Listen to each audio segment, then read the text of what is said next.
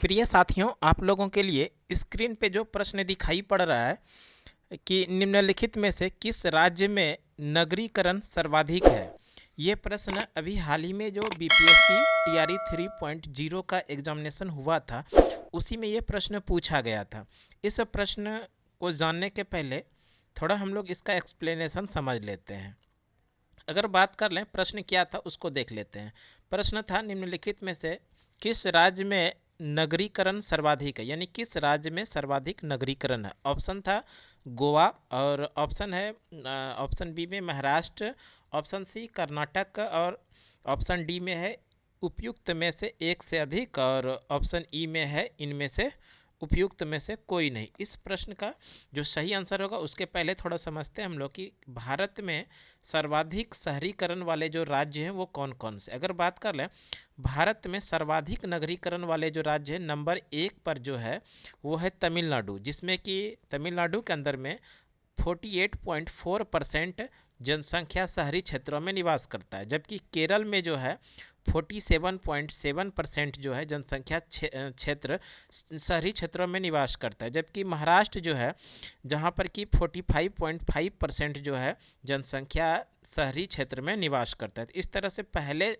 स्थान पर तमिलनाडु है, दूसरे स्थान पर केरल है, और तीसरे स्थान पर महाराष्ट्र है।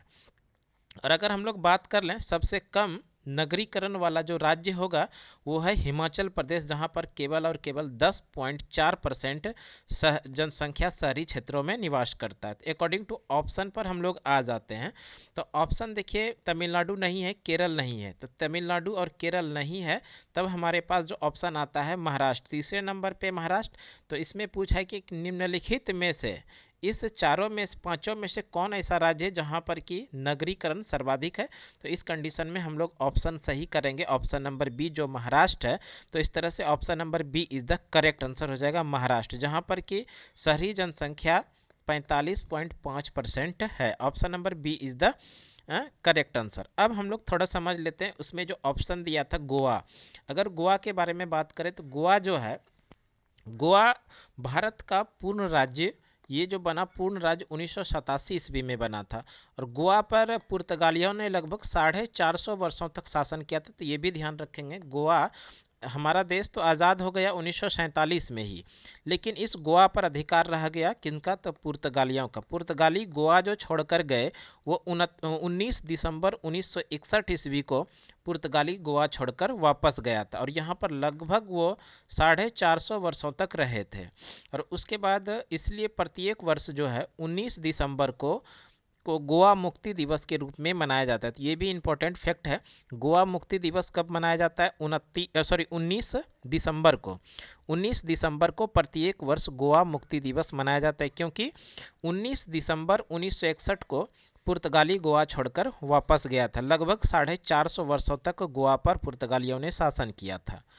जबकि गोवा पूर्ण राज्य बना 1987 ईस्वी में, गोवा को पूर्ण राज्य बनाया गया, यानी 30 मई 1987 ईस्वी को गोवा केंद्र शासित प्रदेश से भारतीय संघ का 25वां राज्य बनाया गया। 1961 ईस्वी में जब गोवा पुर्तगाली छोड़कर गए तो इनको केंद्र शासित प्रदेश बनाया गया। उसके बाद पूर्ण राज्य जो दर्जा दिया गया, 30 मई 1987 ईस्वी को गोवा को पूर्ण राज्य का दर्जा दिया गया। गोवा की बात करें तो गोवा में केवल और केवल 2 ही जिला है, एक उत्तरी है और दूसरा दक्षिणी है। गोवा के वर्तमान समय में जो मुख्यमंत्री है वो प्रमोद सावंत है। ध्यान रखना है, गोवा के मुख्यमंत्री कौन है, प्रमोद सावंत। गोवा का क्षेत्रफल की दृष्टि से बात कर लें तो सबसे छोटा राज्य, क्षेत्रफल की दृष्टि से भारत का सबसे छोटा राज्य गोवा है, जबकि क्षेत्रफल की दृष्टि से भारत का सबसे बड़ा जो राज्य है वो राजस्थान है, क्षेत्रफल की दृष्टि से। उसी तरह गोवा जो है क्षेत्रफल की दृष्टि से भारत का सबसे छोटा राज्य है।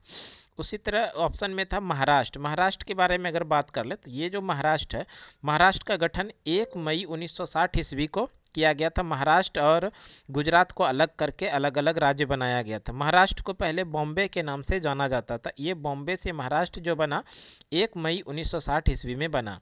गोवा के अंदर लोकसभा सीटों की संख्या 48 है, जबकि विधानसभा सीटों की संख्या 288 है। अभी हाल ही में महाराष्ट्र के अंदर विधानसभा का चुनाव संपन्न हुए और जहां पर कि मुख्यमंत्री बने देवेंद्र फडणवीस। इस तरह से ये इम्पोर्टेंट फैक्ट हो गया आप लोगों के लिए, एक्स्ट्रा फैक्ट। इस तरह का वीडियो आप अपने यूट्यूब चैनल सुमन क्लासेस पे लगातार पाते रहिएगा।